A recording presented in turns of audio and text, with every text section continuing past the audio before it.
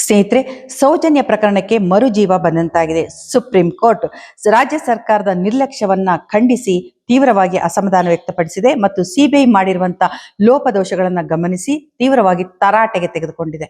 ಮತ್ತು ಈ ಪ್ರಕರಣವನ್ನ ಯಾಕೆ ಮರು ತನಿಖೆ ಮಾಡಬಾರದು ಅಂತ ಅದು ರಾಜ್ಯ ಸರ್ಕಾರವನ್ನ ಕೇಳಿ ನೋಟಿಸ್ ಜಾರಿಗೊಳಿಸಿದೆ. ಇದೆಲ್ಲದರ ಬಗ್ಗೆ ನಾನು ಇವತ್ತಿನ ವಿಡಿಯೋದಲ್ಲಿ ನಿಮಗೆ ಮಾಹಿತಿಯನ್ನ ನೀಡ್ತಾ ಇದ್ದೀನಿ.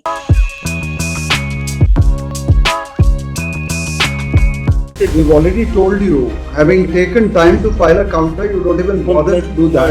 You don't even bother to turn up in the morning session when the case is called. So this is reflective of the stand of the state, then perhaps, and you're taking a case of this nature this lightly. You want investigation through the CBI. ನಮಸ್ಕಾರ ಸ್ನೇಹಿತರೆ, ಧರ್ಮಸ್ಥಳದಾದ್ಯಂತ ನಡೆದಂತ ಹೋರಾಟ ಅದು ರಾಜ್ಯವ್ಯಾಪಿ ಹಬ್ಬಿದ್ದನ್ನ ನೀವೆಲ್ಲರೂ ಗಮನಿಸಿದಿರಿ.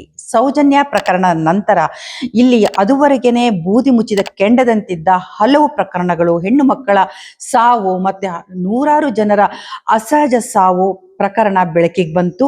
ಹಾಗೆ ಜನರೆಲ್ಲರೂ ಕೂಡ ಇದರ ವಿರುದ್ಧ ಹೋರಾಟಕ್ಕೆ ಬೀದಿಗಿಳಿದ್ರು. ಸೌಜನ್ಯ ಪ್ರಕರಣಕ್ಕೆ ನ್ಯಾಯ ಸಿಗಲೇಬೇಕು, ಆರೋಪಿಗಳಿಗೆ ಶಿಕ್ಷೆ ಆಗ್ಲೇಬೇಕು ಅಂತ ದೊಡ್ಡ ಮಟ್ಟದ ಹೋರಾಟವನ್ನ ಹಮ್ಮಿಕೊಂಡ್ರು. ಯಾಕೆ ಅಂತಂದ್ರೆ ಅಲ್ಲಿಯವರೆಗೆ ಎಲ್ಲ ಅನ್ಯಾಯವನ್ನ ನೋಡಿಕೊಂಡು ಅಸಹಾಯಕರಾಗಿ ಒಳಗೆ ಕುದಿತಿದ್ದಂತ ಜನರಿಗೆ ಸೌಜನ್ಯ ಪ್ರಕರಣ ರೊಚ್ಚಿಗೆಬ್ಬಿಸ್ತು. ಅಲ್ಲಿವರೆಗೆ ತಡೆ ಹಿಡಿದಿದ್ದ ಅವರ ಅಸಹನೆ ಕಟ್ಟೆ ಹೊಡಿತು. ಅವರೆಲ್ಲರೂ ಬೀದಿಗಿಳಿದ್ರು, ದೊಡ್ಡ ಹೋರಾಟವನ್ನ ಶುರು ಮಾಡಿದ್ರು. ಇಲ್ಲಿ ಒಂದು ವರದಿಯ ಪ್ರಕಾರ, ಇಲ್ಲಿವರೆಗೆ ತಿಳಿದು ಬಂದಿರುವಂತಹ ಹಲವು ಸಾಕ್ಷಿಗಳ ಹೇಳಿಕೆಯ ಪ್ರಕಾರ ನೂರಾರು ಅಸಹಜ ಸಾವುಗಳು ಸಂಭವಿಸಿದೆ. ಆ ಶವಗಳನ್ನ ಮಹಜರು ಮಾಡದೆ ಹೂತು ಹಾಕಲಾಗಿದೆ. ಅಂದ್ರೆ ಧರ್ಮಸ್ಥಳ ಎಲ್ಲರೂ ದೇವರ ದರ್ಶನ ಮಾಡಿ ಹರಕೆಯನ್ನ ತೀರಿಸಿ ಒಳ್ಳೇದು ಮಾಡಪ್ಪ ಅಂತ ಕೇಳ್ಕೊಳ್ಳಕ್ಕೆ ಮಂಜುನಾಥನ ಹತ್ರ ಧರ್ಮಸ್ಥಳಕ್ಕೆ ಹೋಗ್ತಾರೆ. ಹಾಗೆ ಹೋಗುವಂತ ಪವಿತ್ರವಾದ ಸ್ಥಳದಲ್ಲಿ ನೂರಾರು ಅಸಹಜ ಸಾವುಗಳು ಸಂಭವಿಸಿದೆ. ಆ ಏನು ಧರ್ಮಸ್ಥಳದ ನದಿಯ ದಡದಲ್ಲಿದೆ, ನೇತ್ರಾವತಿ ನದಿಯ ದಡದಲ್ಲಿದೆ. ಆ ನದಿಯಲ್ಲಿ ಜನ ಸ್ನಾನ ಮಾಡಿ ದೇವರಿಗೆ ಪೂಜೆನ ಸಲ್ಲಿಸ್ತಾರೆ. ಅಂತಹ ನದಿಯಲ್ಲಿ ಅಸಹಾಯಕ ಹೆಣ್ಣು ಮಕ್ಕಳ ಶವ ತೇಲಿರೋದನ್ನ ಎಷ್ಟೋ ಜನ ನೋಡಿದ್ದಾರೆ. ಇದೆಲ್ಲಕ್ಕೂ ಕೊನೆಗೆ ಅಂತಿಮವಾಗಿ ಮೊಳೆ ಹೊಡಿಲೇಬೇಕು ಅಂತೇಳಿ ಜನ ಹೋರಾಟ ಕೇಳಿದ್ರು. ಸೌಜನ್ಯಳೆ ಒಂದು ಶಕ್ತಿಯಾಗಿ ಆ ಜನರಿಗೆ ಈ ಹೋರಾಟಕ್ಕೆ ಪ್ರಚೋದನೆ ನೀಡಲು ಅಂತ ಆ ಜನ ನಂಬಿದ್ದಾರೆ. ಈ ಪ್ರಕರಣದಲ್ಲಿ ಈಗ ರಾಜ್ಯ ಸರ್ಕಾರ ಮತ್ತು ಸಿಬಿಐ ತನಿಖೆ ಏನಾಗಿದೆ ಅನ್ನೋದು ನಿಮ್ಗೆಲ್ರಿಗೂ ಗೊತ್ತಿದೆ. ಆರೋಪಿಗಳು ಯಾರು ಅಂತ ಅದನ್ನು ಗೊತ್ತಿದ್ರು ಕೂಡ, ಅಥವಾ ಪ್ರಕರಣದ ಸಾಕ್ಷಿಗಳು ಹೇಳ್ತಾ ಇದ್ರು ಕೂಡ ಅದನ್ನ ನಿರ್ಲಕ್ಷ್ಯವನ್ನು ಮಾಡಿದ್ದಾರೆ ಅಂತೇಳಿ ಹೋರಾಟಗಾರರು ಆರೋಪಿಸ್ತಾ ಬಂದಿದ್ದಾರೆ, ಜನರು ಕೂಡ ಆರೋಪಿಸ್ತಾ ಇದ್ದಾರೆ. ಇದೆಲ್ಲದರ ನಡುವೆ ಮುಗ್ದೇ ಹೋಯ್ತು ಪ್ರಕರಣ, ಇನ್ನೇನು ನ್ಯಾಯ ಸಿಗೋದಿಲ್ಲ ಸೌಜನ್ಯಳಿಗೆ, ಮತ್ತೆ ಇಲ್ಲಿ ಆರೋಪಿಗಳಿಗೆ ಶಿಕ್ಷೆ ಆಗಲ್ಲ ಅಂತ ಜನ ಅಸಹಾಯಕತೆಯಿಂದ ನೋಡ್ತಿರೋ ಸಂದರ್ಭದಲ್ಲಿ ಈಗ ಒಂದು ಭರವಸೆ ಆಶಾ ಕಿರಣ ಮೂಡಿದೆ. ಅದೇನು ಅಂತ ಹೇಳಿದ್ರೆ, ಸುಪ್ರೀಂ ಕೋರ್ಟ್ ಈ ಪ್ರಕರಣದ ಮರು ತನಿಖೆ ಮಾಡುವತ್ತ ಆಸಕ್ತಿಯನ್ನ ತೋರಿಸಿದೆ. ಈ ಪ್ರಕರಣ ಹೇಗಾಯ್ತು ಅಂತ ಹೇಳ್ತೀನಿ. ಮಾರ್ಚ್ 22ರಂದು ಸೌಜನ್ಯಳ ತಾಯಿ ಕುಸುಮಾವತಿ ಸುಪ್ರೀಂ ಕೋರ್ಟ್ ಮೊರೆ ಹೋಗ್ತಾರೆ. ಅಂದ್ರೆ ಅಲ್ಲಿ ಒಂದು ಅರ್ಜಿಯನ್ನ ಸಲ್ಲಿಸ್ತಾರೆ, SLP.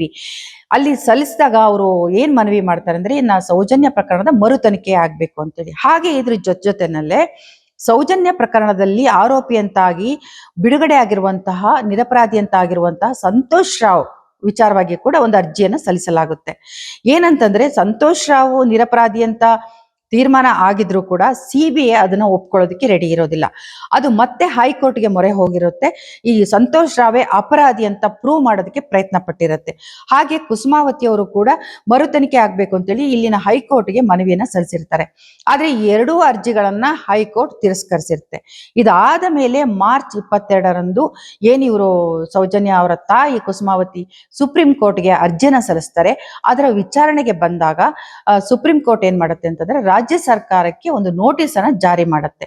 ಇದ್ರ ಬಗ್ಗೆ ನೀವೇನ್ ಹೇಳ್ತೀರಾ, ಮರು ತನಿಖೆ ಮಾಡೋದ್ರ ಬಗ್ಗೆ, ಈ ವಿಚಾರಣೆ ಬಗ್ಗೆ, ಈ ಪ್ರಕರಣದ ಬಗ್ಗೆ ನಿಮ್ಮ ಅಭಿಪ್ರಾಯವೇನು ಅಂತ ರಾಜ್ಯ ಸರ್ಕಾರಕ್ಕೆ ನೋಟಿಸ್ ಅನ್ನ ಕಳಿಸ್ಬಿಟ್ಟು ಕೇಳುತ್ತೆ. ಅದಾದ ಮೇಲೆ ವಿಚಾರಣೆಗಾಗಿ ಮಾರ್ಚ್ 29ರಂದು ದಿನ ನಿಗದಿ ಮಾಡಿ ಸುಪ್ರೀಂ ಕೋರ್ಟ್ ನಲ್ಲಿ ನ್ಯಾಯಮೂರ್ತಿಯಾದಂತಹ ಸಂಜಯ್ ಕುಮಾರ್ ಮತ್ತು ನ್ಯಾಯಮೂರ್ತಿಯಾದಂತಹ ವಿನೋದ್ ಚಂದ್ರನ್ ಅವರು ನ್ಯಾಯಪೀಠ, ವಿಶೇಷ ನ್ಯಾಯಪೀಠ ಅದು, ಅವರು ಈ ವಿಚಾರಣೆಯನ್ನ ಮಾರ್ಚ್ 29ಕ್ಕೆ ನಿಗದಿ ಮಾಡಿರ್ತಾರೆ. ವಿಚಾರಣೆ ಮುಂದೆ ಬರುತ್ತೆ, ನ್ಯಾಯಮೂರ್ತಿಗಳ ಮುಂದೆ ಬರುತ್ತೆ. ಸುಪ್ರೀಂ ಕೋರ್ಟ್ನ ರೂಮ್ ನಂಬರ್ 12 ಇಲ್ಲಿ ವಿಚಾರಣೆ ಪ್ರಾರಂಭ ಆಗ್ಬೇಕು ಬೆಳಿಗ್ಗೆ 11 ಗಂಟೆ. ಆದರೆ ಸಂತ್ರಸ್ತೆಯ ಪರವಾಗಿ ವಕೀಲರು ಎಲ್ಲರೂ ಇರ್ತಾರೆ. ಆದ್ರೆ ರಾಜ್ಯ ಸರ್ಕಾರದ ಪರವಾಗಿ ಮತ್ತು ಸಿಬಿಐ ಪರವಾಗಿ ಇರ್ಬೇಕಾದಂತ ವಕೀಲರು ಹಾಜರಿರೋದಿಲ್ಲ. ಇದು ಒಂದು ರಾಜ್ಯ ಸರ್ಕಾರಕ್ಕೆ ಈ ಪ್ರಕರಣದ ಬಗ್ಗೆ ಇರುವಂತಹ ನಿರ್ಲಕ್ಷ್ಯವನ್ನ, ನಿರಾಸಕ್ತಿಯನ್ನ ಸ್ಪಷ್ಟವಾಗಿ ತೋರಿಸ್ತಾ ಇದೆ. ಯಾಕೆಂದ್ರೆ ರಾಜ್ಯದಾದ್ಯಂತ ಎಷ್ಟು ದೊಡ್ಡ ಪ್ರಮಾಣದಲ್ಲಿ ಹೋರಾಟ ನಡೆದಿದೆ. ಸೌಜನ್ಯಳಿಗೆ ನ್ಯಾಯ ಸಿಗ್ಲೇಬೇಕು ಅಂತ ಹೋರಾಟ ನಡೆದಿದೆ. ಸೌಜನ್ಯ ಒಬ್ಬಳ ಬಗ್ಗೆ ಮಾತ್ರ ಅಲ್ಲ ಈ ಹೋರಾಟ ಇರೋದು. ಸೌಜನ್ಯಳಂತೆ ಅಲ್ಲಿ ಸತ್ತಿರುವಂತಹ, ಸಾವು ಕಂಡಿರುವಂತಹ ಹಲವಾರು ಯುವತಿಯರು, ಆ ನೆಲದವರು, ಹೊರಗಡೆಯಿಂದ ಬಂದವರು, ದೇವರ ದರ್ಶನಕ್ಕೆ ಬಂದವರು, ಇವರೆಲ್ಲರೂ ಏನು ಅಲ್ಲಿ ಸಾವಾಗಿದ್ದಾರೆ, ಇವರೆಲ್ಲರಿಗೆ ನ್ಯಾಯ ಸಿಗ್ಬೇಕು. ಅಲ್ಲಿ ಏನ್ ನಡೆದಿದೆ ಅದಕ್ಕೆ ಆರೋಪಿಗಳಿಗೆ ಶಿಕ್ಷೆ ಆಗ್ಲೇಬೇಕು ಅಂತ ನಡೆಸಿದಂತ ಹೋರಾಟ ಇತ್ತಲ್ಲ, ಆ ಸೌಜನ್ಯಳ ಪ್ರಕರಣದ ಮೂಲಕ ಇದೆಲ್ಲದಕ್ಕೂ ನ್ಯಾಯ ಒದಗಿಸ್ಬೇಕಂತ ಹೋರಾಟ ಹೊರಟಿದ್ರಲ್ಲ, ಈ ಹೋರಾಟಗಾರರ ಒಂದು ಹೋರಾಟವನ್ನ ಮತ್ತೆ ಇಲ್ಲಿ ನಡೆದಂತ ಪ್ರಕರಣದ ತನಿಖೆಯನ್ನ ನ್ಯಾಯಮೂರ್ತಿಗಳ ಮುಂದಿಡೋದಕ್ಕೆ ಕೊನೆಗೆ ಅಂತಿಮವಾಗಿ ಸುಪ್ರೀಂ ಕೋರ್ಟ್ ಅನ್ನ ಮೆಟ್ಲೇರಿರ್ತಾರೆ ಕುಸುಮಾ ಅವರು. ಬೆಳಿಗ್ಗೆ ಪ್ರಕರಣದ ವಿಚಾರಣೆ ಸುಪ್ರೀಂ ಕೋರ್ಟ್ ನಲ್ಲಿ ನ್ಯಾಯಪೀಠ ಶುರು ಮಾಡಿದಾಗ ಹಾಜರಿರ್ಬೇಕಾದಂತ ವಕೀಲರು ಹಾಜರಿರೋದಿಲ್ಲ. ಆಗ ಮಧ್ಯಾಹ್ನಕ್ಕೆ ವಿಚಾರಣೆಯನ್ನು ಮುಂದೂಡಲಾಗುತ್ತೆ. ಮಧ್ಯಾಹ್ನ ಈ ರಾಜ್ಯ ಸರ್ಕಾರದ ಪ್ರತಿನಿಧಿಯಾಗಿ ಹೆಚ್ಚುವರಿ ಅಡ್ವೊಕೇಟ್ ಜನರಲ್ ಅವರು ಆವಿಷ್ಕಾರ್ ಸಿಂಗ್ ಅವರು ಮತ್ತೆ ಸಿಬಿಐ ವಕೀಲರು ಹಾಜರಿರ್ತಾರೆ. ಸೊ ಸುಪ್ರೀಂ ಕೋರ್ಟ್ ನ್ಯಾಯಮೂರ್ತಿಗಳಾದಂತ ಸಂಜಯ್ ಕುಮಾರ್ ಅವರು ಮತ್ತೆ ವಿನೋದ್ ಚಂದ್ರನ್ ಅವರು ತೀವ್ರವಾಗಿ ಆ ವಕೀಲರನ್ನ ತರಾಟೆಗೆ ತಗೊಳ್ತಾರೆ. ಇಷ್ಟು ಗಂಭೀರವಾದ ಪ್ರಕರಣ, ನಾವು ನೋಟಿಸ್ ಜಾರಿ ಮಾಡಿದೀವಿ, ನೀವು ರಾಜ್ಯ ಸರ್ಕಾರವನ್ನ ಪ್ರತಿನಿಧಿಸುವ ವಕೀಲರಾಗಿ ಪ್ರಕರಣದ ವಿಚಾರಣೆ ನಡೀತಿರುವಾಗ ಯಾಕೆ ನ್ಯಾಯಾಲಯದಲ್ಲಿ ಹಾಜರಿರಲಿಲ್ಲ ಅಂತ ತರಾಟೆಗೆ ತಗೊಳ್ತಾರೆ. ಆಗ ರಾಜ್ಯದ ಪರವಾಗಿದ್ದಂತಹ ವಕೀಲರು ಏನ್ ಹೇಳ್ತಾರೆ ಅಂದ್ರೆ, ನಾವು ಅಕ್ವಿಟಲ್ ಸಮಿತಿಯ ಮಾಡಿದೀವಿ, ಅಕ್ವಿಟಲ್ ಸಮಿತಿ ಮೂಲಕ ಇದಕ್ಕೆ ಪ್ರಕರಣಕ್ಕೆ ನ್ಯಾಯನ ಒದಗಿಸೋದಕ್ಕೆ ಪ್ರಯತ್ನ ಪಡ್ತಿದೀವಿ ಅಂತ ಹೇಳ್ತಾರೆ. ಅದನ್ನೇ ಹೇಳ್ತಾ ಹೋಗ್ತಾರೆ. ಈ ಅಕ್ವಿಟಲ್ ಸಮಿತಿ ಏನು, ಈ ವಕೀಲರಿಗೆ ಏನ್ ಹೇಳಕ್ ಕೊಟ್ಟಿದ್ದಾರೆ ಅನ್ನೋದನ್ನ ಇಲ್ಲೊಂದು ಸಣ್ಣದಾಗಿ ನಾನು ಹೇಳ್ಬಿಡ್ತೀನಿ. ಅಕ್ವಿಟಲ್ ಸಮಿತಿಯನ್ನ ರಾಜ್ಯ ಸರ್ಕಾರ ನೇಮಿಸಿರುತ್ತೆ. ಅದು ಕೋರ್ಟ್ನ ನಿರ್ದೇಶನದ ಮೇಲೆ. ಹೈಕೋರ್ಟ್ ಏನ್ ಮಾಡಿರುತ್ತೆ ಅಂದ್ರೆ, ಸಂತೋಷ್ ರಾವ್ ಪ್ರಕರಣದಲ್ಲಿ, ಕೇಸಲ್ಲಿ ಸಂತೋಷ್ ರಾವ್ ಯಾವಾಗ ಅಪರಾಧಿ ಅಂತೇಳಿ ಅವರನ್ನ ಜೈಲಿಗಟ್ಟುತ್ತಾರೆ, ಅದು ವಿಚಾರಣೆ ನಡೀತಾ ಇರುತ್ತೆ. ಆ ವಿಚಾರಣೆ ಸಂದರ್ಭದಲ್ಲಿ ಕೊನೆಗೆ ಸಂತೋಷ್ ರಾವ್ ನಿರಪರಾಧಿ ಅಂತ ಪ್ರೂವ್ ಆದಾಗ ಅವ್ರಿಗೆ ಬಿಡುಗಡೆ ಮಾಡಲಾಗುತ್ತೆ. ಅಂದ್ರೆ ಒಬ್ಬ ನಿರಪರಾಧಿಯನ್ನ ಅಪರಾಧಿ ಅಂತ ಮಾಡಿದವ್ರು ಯಾರು? ಆ ಪೊಲೀಸರು ಯಾರು? ಆ ಪೊಲೀಸ್ ಅಧಿಕಾರಿಗಳಿಗೆ ಶಿಕ್ಷೆ ಆಗ್ಲೇಬೇಕು. ಇದಕ್ಕೆ ಒಂದು ನೀವು ಅಕ್ವಿಟಲ್ ಸಮಿತಿಯನ್ನ ಮಾಡಿ ಅಂತೇಳಿ ಹೈಕೋರ್ಟ್ ರಾಜ್ಯ ಸರ್ಕಾರಕ್ಕೆ ನಿರ್ದೇಶನವನ್ನ ಕೊಟ್ಟಿರುತ್ತೆ. ಅದನ್ನ ರಾಜ್ಯ ಸರ್ಕಾರ, ನಾವು ಅಕ್ವಿಟಲ್ ಸಮಿತಿ ಮಾಡಿದ್ವಿ, ಆ ಮೂಲಕ ತಪ್ಪಿತಸ್ಥರಿಗೆ ಅಥವಾ ಈ ತರ ನಿರಪರಾಧಿಯನ್ನ ಅಪರಾಧಿ ಅಂತ ಮಾಡಿರುವಂತ ಪೊಲೀಸ್ ಅಧಿಕಾರಿಗಳಿಗೆ ಶಿಕ್ಷೆಯನ್ನ ಕೊಡ್ತೀವಿ ಅಂತ ಹೇಳಿ ಒಂದು ಸಮಿತಿಯನ್ನ ಮಾಡಿರುತ್ತೆ. ಈ ಅಕ್ವಿಟಲ್ ಸಮಿತಿನಲ್ಲಿ ಯಾರ್ಯಾರು ಇರ್ಬೇಕು ಹಾಗಾದ್ರೆ ನೋಡೋಣ. ಅಕ್ವಿಟಲ್ ಸಮಿತಿನಲ್ಲಿ ಇರ್ಬೇಕಾಗಿರೋದು ಸೀನಿಯರ್ ಅಡ್ವೊಕೇಟ್, ಅಂದ್ರೆ ಅವರು ಪ್ರಾಸಿಕ್ಯೂಟರ್, ಪಬ್ಲಿಕ್ ಪ್ರಾಸಿಕ್ಯೂಟರ್ ಆಗಿರ್ಬೇಕು, ಸೀನಿಯರ್ ಆಗಿರ್ಬೇಕು, ಮತ್ತೆ ಸೀನಿಯರ್ ಜಡ್ಜ್ ಒಬ್ರು ಇರ್ಬೇಕು, ಆಮೇಲೆ ರಿಟೈರ್ಡ್ ಜಡ್ಜ್ ಒಬ್ರು ಇರ್ಬೇಕು, ಮತ್ತೆ ಫೊರೆನ್ಸಿಕ್ ಸೈನ್ಸ್ ನ ಎಕ್ಸ್ಪರ್ಟ್ ಇರ್ಬೇಕು, ಮತ್ತೆ ಮಹಿಳಾ ಕೌನ್ಸಿಲರ್ ಅಂದ್ರೆ ವಕೀಲೆ ಆಗಿರುವಂತ ಮಹಿಳಾ ಕೌನ್ಸಿಲರ್ ಒಬ್ರು ಇರ್ಬೇಕು, ಮತ್ತೆ ವಿಕ್ಟಿಮ್ ಪರವಾಗಿ ಒಬ್ರು ಅಧಿಕಾರಿಗಳು, ಏನು ವಾದ ಮಂಡಿಸೋರು ಅಥವಾ ನ್ಯಾಯಕ್ಕಾಗಿ ಹೋರಾಡೋರು ಅವ್ರು ಇರ್ಬೇಕಾಗತ್ತೆ. ಇದು ಇನ್ನೂ ಒಂದಿಬ್ರು ಅಧಿಕಾರಿಗಳು ಆ ಕಮಿಟಿನಲ್ಲಿ ಇರ್ಬೇಕಾಗತ್ತೆ. ಆದ್ರೆ ರಾಜ್ಯ ಸರ್ಕಾರ ಮಾಡಿರುವಂತಹ ಅಕ್ವಿಟಲ್ ಸಮಿತಿನಲ್ಲಿ 4 ಜನ ಮಾತ್ರ ಇರ್ತಾರೆ. ಅವ್ರು ಯಾರ್ಯಾರು ಅಂತ ನೋಡೋಣ. Senior police officer, senior public prosecutor, retired judicial officer, forensic science expert ಮತ್ತು ವಿಕ್ಟಿಮ್ ಪರವಾಗಿ ಆಫೀಸರ್ ಇರಬೇಕು, ವಿಮೆನ್ ಕೌನ್ಸಿಲರ್ ಇರಬೇಕು, ಮತ್ತೆ ವಿಜಿಲೆನ್ಸ್ ಇರಬೇಕು ಅಂತಿದೆ. ಆದ್ರೆ ಈ ಸಮಿತಿನಲ್ಲಿ ಯಾರ್ಯಾರು ಇರ್ತಾರೆ ಅಂತಂದ್ರೆ ಕೇವಲ 4 ಜನ ಇರ್ತಾರೆ. ರಾಜ್ಯ ಸರ್ಕಾರ ನೇಮಿಸಿದಂತವರು additional director general of police, ಮತ್ತೆ ಅಡಿಷನಲ್ ಸ್ಟೇಟ್ ಪಬ್ಲಿಕ್ ಪ್ರಾಸಿಕ್ಯೂಟರ್ ಒಬ್ರು, ಮತ್ತೆ ಡಿವೈಎಸ್ಪಿ, ಜೊತೆನಲ್ಲಿ ಮಹಿಳಾ ವಕೀಲೆ ಒಬ್ರು. ಇವರು ಕೂಡ ಒಂದು ಮಹಿಳೆಗೆ ಸಂಬಂಧಪಟ್ಟಿದಂತಹ ಒಂದು ಸಮಿತಿಯ ಮೆಂಬರ್ ಆಗಿರ್ತಾರೆ ಅಷ್ಟೇ. ಈ ಸಮಿತಿ ಮಾಡಿದ ಮೇಲೂ ಏನ್ ನಡೀತು, ಏನಾಯ್ತು ಅನ್ನೋದ್ರ ಬಗ್ಗೆ ಯಾವುದೇ ವಿವರ ಇನ್ನುವರೆಗೆ ನಮ್ಗೆ ಸಿಕ್ಕಿಲ್ಲ. ಇದನ್ನ ರಾಜ್ಯ ಸರ್ಕಾರದ ವಕೀಲರು, ಅಡಿಷನಲ್ ಜನರಲ್ ಅಡ್ವೊಕೇಟ್ ಜನರಲ್ ಇರ್ತಾರಲ್ಲ, ಅವರು ನ್ಯಾಯಮೂರ್ತಿಗಳ ಮುಂದೆ ಸುಪ್ರೀಂ ಕೋರ್ಟ್ ನಲ್ಲಿ ಅದು ವಿವರವಾಗಿ ತಿಳಿಸೋದಕ್ಕೆ ಹೋಗ್ತಾರೆ. ಆದ್ರೆ ಇಲ್ಲಿ ನ್ಯಾಯಮೂರ್ತಿಗಳು ನಮ್ಗೆ ಬೇಕಾಗಿರೋದು ಈ ಪ್ರಕರಣದ ತನಿಖೆಯ ವರದಿ ಅಂತ ಹೇಳ್ತಾರೆ. ಜೊತೆನಲ್ಲಿ ಇದನ್ನ ನೀವು ಯಾಕೆ ಸಿಬಿಐಗೆ ವಹಿಸಬಾರ್ದಿತ್ತು ಅಂತ ಹೇಳಿ ಕೇಳ್ತಾರೆ. ಆಗ ಕುಸುಮಾ ಅವರು ಈ ವಿವರವನ್ನ ಹೇಳ್ತಾರೆ. ಅಂದ್ರೆ ಈಗಾಗಲೇ ಅದು ಸಿಬಿಐಗೆ ವಹಿಸಲಾಗಿದೆ, ಯಾಕಂದ್ರೆ ನ್ಯಾಯಮೂರ್ತಿಗಳಿಗೆ ಗಮನಕ್ಕೆ ಅದು ಬಂದಿರೋದಿಲ್ಲ. ಈ ಸಿಬಿಐ ಆಗ್ಲೇ ತನಿಖೆ ಮಾಡಿದೆ, ವರದಿ ಸಲ್ಲಿಸಲಾಗಿದೆ ಅನ್ನೋದು ಗೊತ್ತಿಲ್ಲ. ಇದು ಪ್ರಾರಂಭಿಕ ಹಂತದ ವಿಚಾರಣೆ ನಡೀತಿರೋದ್ರಿಂದ ನ್ಯಾಯಮೂರ್ತಿಗಳ ಗಮನಕ್ಕೆ ಅದು ಬಂದಿರೋದಿಲ್ಲ. ಆಮೇಲೆ ಅವರಿಗೆ ಗೊತ್ತಾಗುತ್ತೆ ಇದು ಸಿಬಿಐ ಈಗಾಗಲೇ ವರದಿಯನ್ನ ಕೊಟ್ಟಿದೆ ಅಂತೇಳಿ. ಸಂತ್ರಸ್ತೆಯ ಪರ ವಕೀಲರಾದಂತ ಶೋಭಾ ಗುಪ್ತಾ ಮತ್ತು ಆನಂದ್ ಸಂಜಯ್ ನುಲಿ, ಜೊತೆನಲ್ಲಿ ಶೇಖರ್ ದೇವಸ, ಇವರು ಸಾಕಷ್ಟು ಸಾಕ್ಷಿಗಳನ್ನ ನ್ಯಾಯಮೂರ್ತಿಗಳ ಮುಂದೆ ಇಡ್ತಾರೆ. ಅಂದ್ರೆ ಈ ಪ್ರಕರಣದಲ್ಲಿ ಬಹಳಷ್ಟು ಲೋಪದೋಷಗಳು ತನಿಖೆಯ ಸಂದರ್ಭದಲ್ಲಿ ಏನ್ ನಡೆದಿದೆ ಅನ್ನೋದನ್ನ ವಿವರವಾಗಿ ಅವರು ನ್ಯಾಯಮೂರ್ತಿಗಳ ಗಮನಕ್ಕೆ ತರ್ತಾರೆ. ಮತ್ತೆ ಇದನ್ನ ಮರು ತನಿಖೆ ಮಾಡೋದಕ್ಕೆ ಬೇಕಾದಂತಹ ಎಲ್ಲ ಸಾಕ್ಷಿಗಳು ನಮ್ಮ ಹತ್ರ ಇದೆ ಅಂತ ಅವ್ರು ಹೇಳ್ತಾರೆ.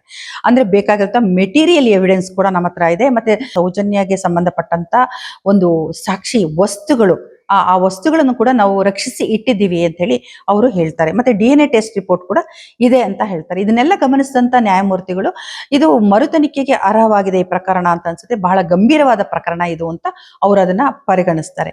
ಇದಾದ ನಂತರ ಮತ್ತೆ ನ್ಯಾಯಮೂರ್ತಿಗಳ ಗಮನಕ್ಕೆ ಇನ್ನೊಂದು ಪ್ರಮುಖ ವಿಚಾರವನ್ನ ಈ ವಕೀಲರು ತರ್ತಾರೆ. ಏನು ಅಂತಂದ್ರೆ, ಈ ಪ್ರಕರಣದಲ್ಲಿರುವಂತ ಸಾಕ್ಷಿಗಳಲ್ಲಿ ಹಲವರು ಅನುಮಾನಾಸ್ಪದ ರೀತಿಯಲ್ಲಿ ಸಾವನ್ನಪ್ಪಿದ್ದಾರೆ ಅಂತ. ಅಂದ್ರೆ ಒಂದು ನಿಗೂಢ ರೀತಿಯಲ್ಲಿ ಸಾವನ್ನಪ್ಪಿರೋದು ಈಗಾಗಲೇ ವರದಿಯಾಗಿದೆ. ಇದನ್ನ ನ್ಯಾಯಮೂರ್ತಿಗಳ ಗಮನಕ್ಕೆ ತರ್ತಾರೆ. ಉದಾಹರಣೆಗೆ ಈಗ ಸಂತೋಷ್ ರಾವ್ನ ಆರೋಪಿ ಅಂತ ಹೇಳಿ ಆ ಪ್ರಕರಣದಲ್ಲಿ ಹೋಗಿ ಅವನೆಲ್ಲೋ ಬೆಟ್ಟದ ಮೇಲೆ ಇರ್ತಾನೆ, ಅಲ್ಲಿಂದ 4 ಜನ ಅವನನ್ನ ಹಿಡ್ಕೊಂಡು ಎಳ್ಕೊಂಡು ಬರ್ತಾರೆ. ಜನರೆಲ್ಲ ಸೇರಿ ಹೊಡಿತಾರೆ, ಇವರು ಹೊಡಿತಾರೆ, ಅವ್ರನ್ನ ಎಳ್ಕೊಂಡು ಬಂದಿರ್ತಾರೆ. ಆದ್ರೆ ಅವ್ರು ನಿರಪರಾಧಿ ಅಂತ ಪ್ರೂವ್ ಆಗುತ್ತೆ. ಹಾಗಾದ್ರೆ ಅವರನ್ನ ಹಿಡ್ಕೊಂಡು ಬಂದವ್ರು ಯಾರು ಇರ್ತಾರಲ್ಲ 4 ಜನ, ಆ 4 ಜನರಲ್ಲಿ 2 ಸತ್ತೋಗಿದ್ದಾರೆ, ಈಗಾಗಲೇ ಸತ್ತೋಗಿದ್ದಾರೆ.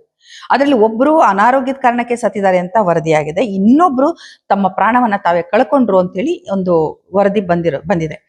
ಹೀಗಿದ್ದಾಗ ಇದಲ್ಲದೆ ಹಲವು ಸಾಕ್ಷಿಗಳು ಅನುಮಾನಾಸ್ಪದ ರೀತಿಯಲ್ಲಿ ಸಾವನ್ನಪ್ಪಿದ್ದಾರೆ ಅಂತ ನ್ಯಾಯಮೂರ್ತಿಗಳ ಗಮನಕ್ಕೆ ಅವರು ತರ್ತಾರೆ. ಹಾಗಾಗಿ ಸಾಕ್ಷಿಗಳಿಗೆ ಒಂದು ರಕ್ಷಣೆ ಅಗತ್ಯ ಇದೆ ಅನ್ನೋದನ್ನ ನ್ಯಾಯಮೂರ್ತಿಗಳಿಗೆ ಮನದಟ್ಟು ಮಾಡಿಕೊಡ್ತಾರೆ. ಆಗ ನ್ಯಾಯಮೂರ್ತಿಗಳು ಇದನ್ನು ಗಂಭೀರವಾಗಿ ಪರಿಗಣಿಸಿ, ಇಷ್ಟು ದೊಡ್ಡ ಪ್ರಕರಣ, ಅಲ್ಲಿ 100 ಶವಗಳನ್ನ ಹೂತಿದ್ದಾರೆ ಅಂತ ಕೇಳಿ ಬಂದಿದೆ, ಮತ್ತೆ ಅಲ್ಲಿ ಇಷ್ಟೆಲ್ಲ ಅನಾಹುತಗಳು ಸಂಭವಿಸಿದೆ ಅಂತ ಸಾಕ್ಷಿಗಳು ಹೇಳ್ತಾ ಇದ್ದಾರೆ. ಹೀಗಿದ್ದಾಗ ಆ ಸಾಕ್ಷಿಗಳಿಗೆ ಯಾಕೆ ರಕ್ಷಣೆ ಕೊಟ್ಟಿಲ್ಲ ಅಂತೇಳಿ ರಾಜ್ಯ ಸರ್ಕಾರವನ್ನ ತರಾಟೆಗೆ ತಗೊಳ್ತಾರೆ. ಅಷ್ಟೇ ಅಲ್ಲ, ಕೂಡಲೇ ರಾಜ್ಯ ಸರ್ಕಾರಕ್ಕೆ ನಿರ್ದೇಶನವನ್ನ ಕಳಿಸ್ತಾರೆ, ನೀವು ಈ ಸಾಕ್ಷಿಗಳಿಗೆ ರಕ್ಷಣೆಯನ್ನ ಕೊಡಬೇಕು ಅಂತ. ಬಹುಶಃ ಭಾರತದಲ್ಲೇ ಮೊಟ್ಟ ಮೊದಲ ಬಾರಿಗೆ ಅನ್ಸುತ್ತೆ ಇಷ್ಟು ದೊಡ್ಡ ಸಂಖ್ಯೆಯ ಸಾಕ್ಷಿಗಳಿಗೆ ರಕ್ಷಣೆಯನ್ನ ಕೊಡಬೇಕು ಅಂತ ಒಂದು ಪ್ರಕರಣದಲ್ಲಿ ಸುಪ್ರೀಂ ಕೋರ್ಟ್ ಹೇಳಿರೋದು. ಯಾಕಂದ್ರೆ 1-2 ಸಾಕ್ಷಿದಾರರಲ್ಲ, ಅಥವಾ 10 ಜನ ಸಾಕ್ಷಿದಾರರಲ್ಲ, ಅದಕ್ಕಿಂತ ಹೆಚ್ಚಿನ ಸಂಖ್ಯೆಯ ಸಾಕ್ಷಿದಾರರು ಇವತ್ತು ಈ ಪ್ರಕರಣದಲ್ಲಿ ಇದ್ದಾರೆ ಅಂತ ತಿಳಿದು ಬಂದಿದೆ. ಹಾಗಿದ್ದಾಗ ಇದು ಬಹಳ ಮುಖ್ಯವಾದ ಅಂಶ ಅಂತ ನಾನು ಹೇಳ್ತೀನಿ. ಯಾಕೆ ಅಂತಂದ್ರೆ, ಸಾಕ್ಷಿಗಳಿಗೆ ರಕ್ಷಣೆ ನೀಡಬೇಕು ಅಂತ ಸುಪ್ರೀಂ ಕೋರ್ಟ್ ಹೇಳಿದೆ ಅಂತಂದ್ರೆ ಇದರ ವಿಚಾರಣೆ ಮುಂದುವರಿಯುತ್ತೆ, ಸಾಕ್ಷಿಗಳ ವಿಚಾರಣೆ ಮುಂದುವರಿಯುತ್ತೆ, ಮತ್ತೆ ಈ ಪ್ರಕರಣದ ಮರು ತನಿಖೆ ಆಗುವ ಸಾಧ್ಯತೆಗಳು ಬಹಳ ಇದೆ ಅನ್ನೋದು ಇಲ್ಲಿ ಕಂಡು ಬರ್ತಾ ಇದೆ. ಹಾಗಾಗಿ ಈಗ ಇಷ್ಟೆಲ್ಲ ವಿಚಾರಣೆ ನಂತರ ವಕೀಲರು ಏನ್ ಮಾಡ್ತಾರೆ, ಸಂತ್ರಸ್ತೆಯ ಪರ ವಕೀಲರು ಮುಚ್ಚಿದ ಲಕೋಟೆನಲ್ಲಿ ಕೆಲವು ಮಾಹಿತಿಗಳನ್ನ ನ್ಯಾಯಮೂರ್ತಿಗಳಿಗೆ ಸಲ್ಲಿಸಿದ್ದಾರೆ. ಮತ್ತೆ ಬಹಳ ಖಚಿತವಾಗಿ ಹೇಳಿದ್ದಾರೆ, ನಮ್ಮ ಹತ್ರ ಬೇಕಾದಂತ ಮರು ತನಿಖೆಗೆ ಬೇಕಾದ ಪ್ರಮುಖ ಅಂಶಗಳು, ಪ್ರಮುಖ ಸಾಕ್ಷಿಗಳು ನಮ್ಮ ಹತ್ರ ಇದೆ ಅಂತ ಹೇಳ್ತಾರೆ. ಮೆಟೀರಿಯಲ್ ಎವಿಡೆನ್ಸು ಇದೆ, ಸಾಕ್ಷಿದಾರರು ಇದ್ದಾರೆ, ದಾಖಲೆಗಳಿದೆ, DNA ಟೆಸ್ಟ್ ರಿಪೋರ್ಟ್ ಇದೆ ಅಂತ ಹೇಳಿ ಅವರು ನ್ಯಾಯಮೂರ್ತಿಗಳಿಗೆ ಮನವಿಯನ್ನ ಮಾಡ್ತಾರೆ. ಇಷ್ಟಾದ ಮೇಲೆ ಈಗ ಸುಪ್ರೀಂ ಕೋರ್ಟ್ ಒಂದು ನಿರ್ಧಾರಕ್ಕೆ ಬಂದು ರಾಜ್ಯ ಸರ್ಕಾರಕ್ಕೆ ನೋಟಿಸ್ ಅನ್ನ ಜಾರಿ ಮಾಡಿದೆ, ತೀವ್ರವಾಗಿ ತರಾಟೆಗೆ ತೆಗೆದುಕೊಂಡಿದೆ.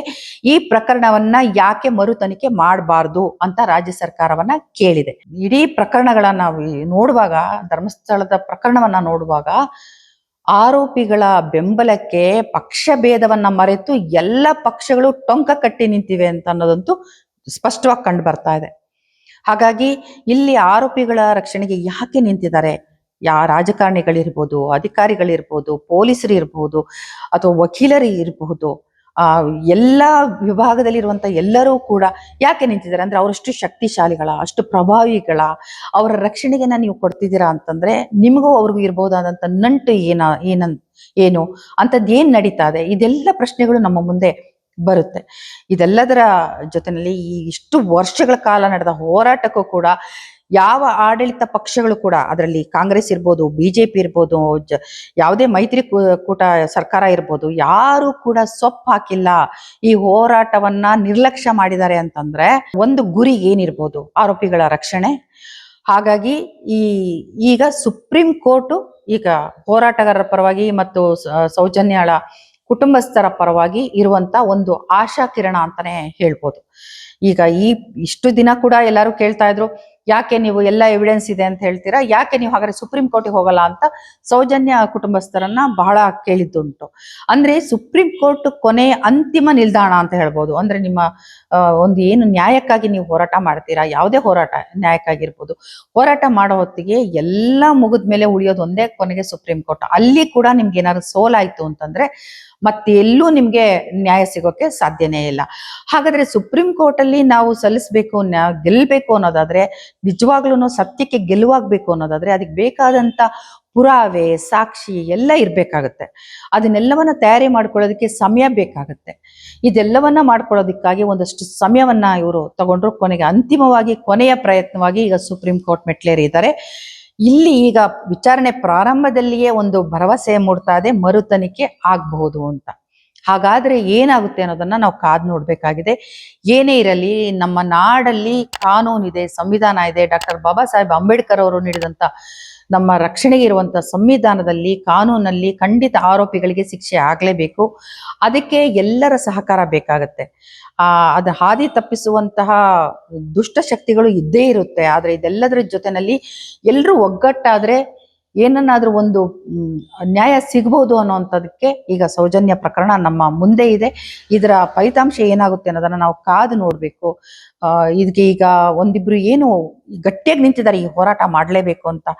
ಯಾಕಾಗಿ ನಿಂತ್ಕೊಂಡಿದ್ದಾರೆ ಅವರು? ಈ ಜನ ಯಾಕಾಗಿ ಈ ಹೋರಾಟ ಕೇಳಿದಿದ್ದಾರೆ ಅಂದ್ರೆ, ಆ ನೆಲದಲ್ಲಿ ಹಲವು ವರ್ಷಗಳಿಂದ ನೋಡ್ತಾ ಬಂದಿದ್ದಾರೆ, ಕೇಳ್ತಾ ಬಂದಿದ್ದಾರೆ. ಅಸಹಾಯಕತೆಯಿಂದ ಏನು ಮಾಡಲಾಗದೆ ಒಳಗೊಳಗಡೆ ಕುದಿತಾ ಇದ್ದಂತ ಜನರಿಗೆ ಈಗ ಆ ಅಸಹನೆಯ ಕಟ್ಟೆ ಒಡೆದಿದೆ. ಹಾಗಾಗಿ ಅವರು ನ್ಯಾಯಕ್ಕಾಗಿ ಬೀದಿಗಿಳಿತಿದ್ದಾರೆ. ಯಾರ್ದೋ ಮಕ್ಕಳಲ್ಲ, ನಮ್ಮನೆ ಮಕ್ಕಳಾಗಿದ್ರು ಈ ತರ ಆಗಿದ್ರೆ ಏನಾಗಬಹುದಾಗಿತ್ತು ಅನ್ನೋದು ಅವರನ್ನ ಕಾಡ್ತಾ ಇದೆ. ಹಾಗಾಗಿ ಈ ಜನರು ಸತ್ಯಕ್ಕಾಗಿ ಹೋರಾಡ್ತಾ ಇದ್ದಾರೆ, ಇನ್ಯಾರಿಗಾಗಿನೂ ಅಲ್ಲ, ಸತ್ಯಕ್ಕಾಗಿ ಹೋರಾಡ್ತಿದ್ದಾರೆ, ನ್ಯಾಯಕ್ಕಾಗಿ ಹೋರಾಡ್ತಿದ್ದಾರೆ. ಹೀಗೆ ಹೋರಾಡುವವರ ಮಾತನ್ನ ಕೂಡ ನಾವು ಕೇಳಿಸ್ಕೊಳ್ಬೇಕಾಗತ್ತೆ. ಅವ್ರು ಏನ್ ಹೇಳ್ತಿದ್ದಾರೆ, ಹೌದಾ, ನಿಜನಾ, ಅವ್ರು ಹೇಳ್ತಿರೋದು ನಿಜನಾ, ಅವ್ರ ಹತ್ರ ಸಾಕ್ಷಿಗಳಿದ್ಯಾ, ಅವ್ರು ಹೇಳ್ತಿರೋದ್ರಲ್ಲಿ ತರ್ಕ ಇದೆಯಾ, ಇದನ್ನೆಲ್ಲ ನಾವು ವಿಚಾರ ಮಾಡ್ಬೇಕಾಗತ್ತೆ. ಏನೇ ಇರಲಿ, ಕಾನೂನಿಂದ ಯಾರು ತಪ್ಪಿಸ್ಕೊಳಕ್ಕಾಗಲ್ಲ ಅನ್ನೋ ದೃಢ ನಂಬಿಕೆಯೊಂದಿಗೆ ನಾವು ಬದುಕಬೇಕಾಗಿದೆ. ಈ ವಿಚಾರವಾಗಿ ಈಗ ರಾಜ್ಯ ಸರ್ಕಾರಕ್ಕೆ ಸುಪ್ರೀಂ ಕೋರ್ಟ್ ಏನ್ ನೋಟಿಸ್ ಅನ್ನ ಜಾರಿ ಮಾಡಿದೆ, ಇನ್ನು 14-15 ದಿನಗಳೊಳಗೆ ನೀವು ವರದಿಯನ್ನ ನಮ್ಗೆ ಸಲ್ಲಿಸ್ಬೇಕು. ಅಂದ್ರೆ ಮರು ತನಿಖೆಯ ಬಗ್ಗೆ ನಿಮ್ಮ ಅಭಿಪ್ರಾಯ ಏನು ಅನ್ನೋದನ್ನ ನಮಗೆ ಹೇಳ್ಬೇಕು ಅಂತ ಸುಪ್ರೀಂ ಕೋರ್ಟ್ ಕೇಳಿದೆ. 2 ವಾರಗಳಲ್ಲಿ ಸರ್ಕಾರ ವರದಿಯನ್ನ ಕೊಡ್ಬೇಕಾಗಿದೆ ಸುಪ್ರೀಂ ಕೋರ್ಟ್ಗೆ. ಈ ಬಗ್ಗೆ ಮಾಧ್ಯಮದವರು ನಮ್ಮ ಕಾನೂನು ಮತ್ತು ಸಂಸದೀಯ ವ್ಯವಹಾರಗಳ ಸಚಿವರಾದ HK ಪಾಟೀಲ್ರನ್ನ ಪ್ರಶ್ನೆ ಮಾಡಿದಾಗ ಅವರು ಸುಪ್ರೀಂ ಕೋರ್ಟ್ ಕೇಳಿದ್ರೆ ನಾವು ಕೊಡ್ಬೇಕಾಗತ್ತೆ, ಕೊಡ್ತೀವಿ ವರದಿಯನ್ನ ಅಂತ ಹೇಳಿದ್ದಾರೆ. ಹಾಗಾದ್ರೆ ರಾಜ್ಯ ಸರ್ಕಾರ ಈ ಪ್ರಕರಣದ ಮರು ತನಿಖೆಗೆ ಸಿದ್ಧನಾ? ನಾವು ಕಾದ್ ನೋಡ್ಬೇಕಾಗಿದೆ. ಯಾಕೆ ಅಂತಂದ್ರೆ ಇಲ್ಲಿ ಇಷ್ಟು ವರ್ಷ ಕೂಡ ನ್ಯಾಯ ಒದಗಿಸದೆ ಹಲವು ಪಕ್ಷಗಳು ಅಧಿಕಾರದಲ್ಲಿ ಇದ್ದಾಗ ನಿರ್ಲಕ್ಷ್ಯವನ್ನ ತೋರಿದೆ. ಈಗ ಏನಾಗುತ್ತೆ, ಕಾಂಗ್ರೆಸ್ ಆಡಳಿತದಲ್ಲಿದೆ, ಕಾಂಗ್ರೆಸ್ ಸರ್ಕಾರ ಏನ್ ಮಾಡುತ್ತೆ ಅನ್ನೋದನ್ನ ನಾವು ಕಾದ್ ನೋಡ್ಬೇಕಾಗಿದೆ. ಹೆಣ್ಣು ಮಕ್ಕಳ ಬಗ್ಗೆ ಬಹಳ ದೊಡ್ಡ ಮಾತಾಡುವಂತ ರಾಜಕಾರಣಿಗಳು, ಸಚಿವರು ಏನ್ ಮಾಡ್ತಾರೆ ಅನ್ನೋದನ್ನ ನೋಡ್ಬೇಕಾಗಿದೆ. ಮತ್ತೆ BJP ಇರ್ಬೋದು, ಕಾಂಗ್ರೆಸ್ ಇರ್ಬೋದು, ಹೆಣ್ಮಕ್ಳಿಗೋಸ್ಕರನೇ ನಾವು ಎಷ್ಟೆಲ್ಲ ಯೋಜನೆಗಳನ್ನ ತರ್ತೀವಿ, ಮತ್ತೆ ಬೇಟಿ ಬಚಾವೋ ಅಂತೆಲ್ಲ ಹೇಳುವಂತ ಪಕ್ಷಗಳು ನಮ್ಮ ನೆಲದಲ್ಲಿದ್ದಾವೆ. ಇವರೆಲ್ಲ ಏನ್ ಹೇಳ್ತಾರೆ, ಈ ನ್ಯಾಯಕ್ಕಾಗಿ ಇವ್ರ ಹೋರಾಟಕ್ಕೆ ನಿಲ್ತಾರ? ಇದನ್ನೆಲ್ಲ ಕಾದು ನೋಡೋಣ. ಈಗ ಈ ಪ್ರಕರಣದ ವಿಚಾರಣೆಯನ್ನ ಜುಲೈ 14ಕ್ಕೆ ನಿಗದಿ ಮಾಡಿದೆ. ಅಂದ್ರೆ ಮುಂದಿನ ವಿಚಾರಣೆಯನ್ನ ಸುಪ್ರೀಂ ಕೋರ್ಟ್ ಜುಲೈ 14ರಂದು ನಡೆಸಲಿದೆ. ಹಾಗಾಗಿ ಅಲ್ಲಿವರೆಗೂ ನಾವು ಕಾಯ್ಬೇಕಾಗುತ್ತೆ. ಸ್ನೇಹಿತರೆ, ನೀವು ನೋಡ್ತಾ ಇದ್ದೀರಿ ವಾಯ್ಸ್ ಆಫ್ ಪದ್ಮ. ಈ ವಿಡಿಯೋನ ನೋಡಿದ್ಮೇಲೆ ನಿಮ್ಗೆ ಏನ್ ಅನಿಸ್ತು, ನಿಮ್ಮ ಅಭಿಪ್ರಾಯ ಏನು ನನಗೆ ಕಮೆಂಟ್ ಬಾಕ್ಸ್ ಅಲ್ಲಿ ತಿಳಿಸಿ. ಮತ್ತೆ ಭೇಟಿ ಆಗ್ತೀನಿ. ಎಲ್ರಿಗೂ ಒಳ್ಳೇದಾಗ್ಲಿ. ನಮಸ್ಕಾರ.